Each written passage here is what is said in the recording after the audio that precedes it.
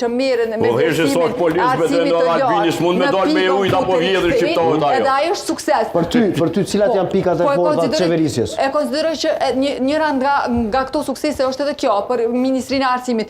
Dikur jemi përjashtu nga institucionet të cilat merren me vlerësimin e arsimit të lartë, e dini mirë filli kur ka ndodhur, edhe riksimi atje ka kërku jashtëzakonisht shumë përkushtim. Jashtëzakonisht shumë përpjekje për të bindur ato institucione për të na rikthyer, se mos plotësimi këtyre kriterëve Arsimi po shkelqen, shkojmë të utjen. Mo me thoka me në zero dhe votojnë 50%. Sot vlerësimi drejt. Madje u tha edhe për shëndetësinë, nuk jam absolutisht dakord. Mu më ka rastis të punoj me zotin Vitia për te subjektit politik, për te çdo nga e ka nol korrupsion, apo? Jo, jetë lutem.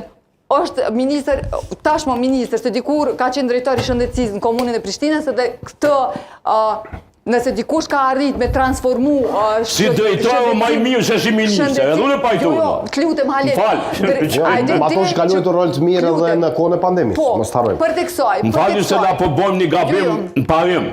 A diku kon pandemia koleg. Po megjithatë është Po ka qenë kur ka qenë ministër ky zot. Edhe me këtë është përballur. Edhe me veç lutem. Ky domon kanë kaluar edhe 2 edhe 3 kuvend. Jo, vetëm duhet ta themi.